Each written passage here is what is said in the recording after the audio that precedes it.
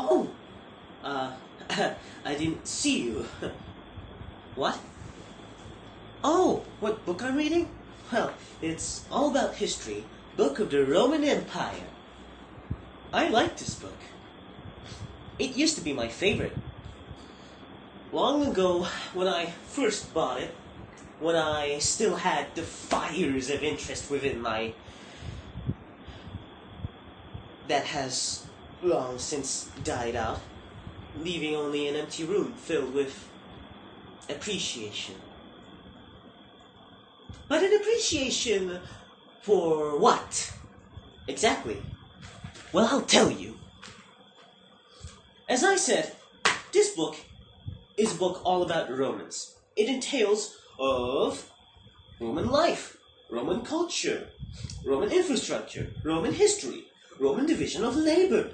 Oh my God, Roman gladiators, Roman emperors, Roman philosophers. Whoa, Romans, we get it.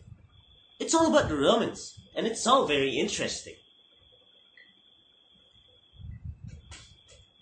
Interesting. Interest.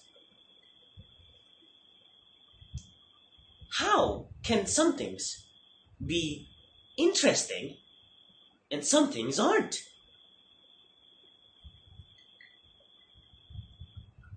Well, let's start with the opposite. Uninteresting. Now, I believe that anything can be made uninteresting.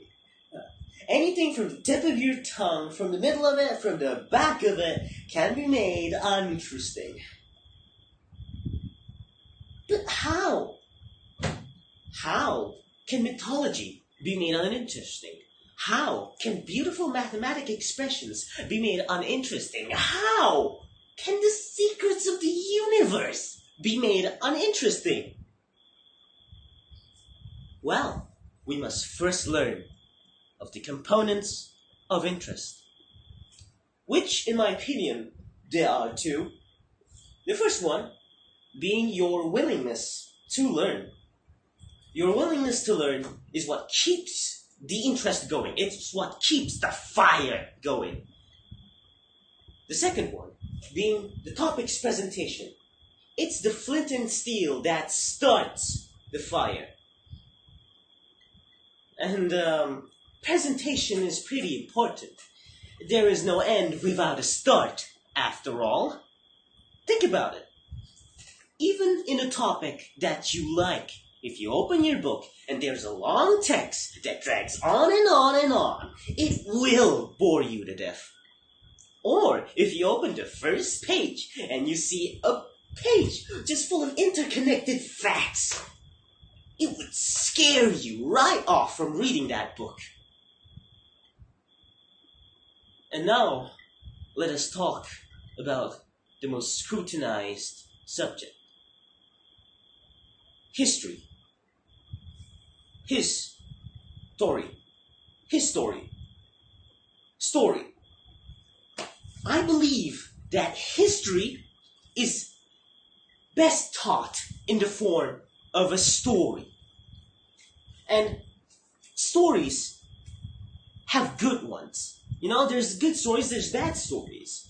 And good stories have good pacing, they have good first lines, hooks, and even have good substance.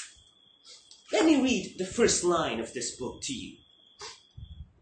As Julius Caesar lay dying on the floor of the theater of Pompeii, change was in the air. That is a good starter. Now, I'm not claiming that this book is perfect. It obviously isn't.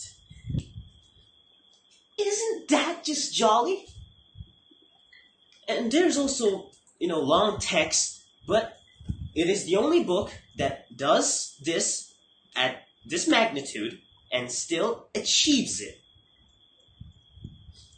And I really hope all books are like this. Because factually, the internet is deeper. It literally just is. And books just can't compete. But what books can compete is that They don't have to display things as cold, hard facts.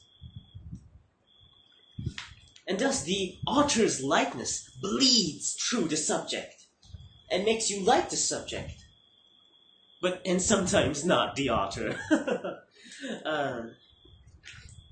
Fun fact, this book was made with recycled paper and is wildly recycled.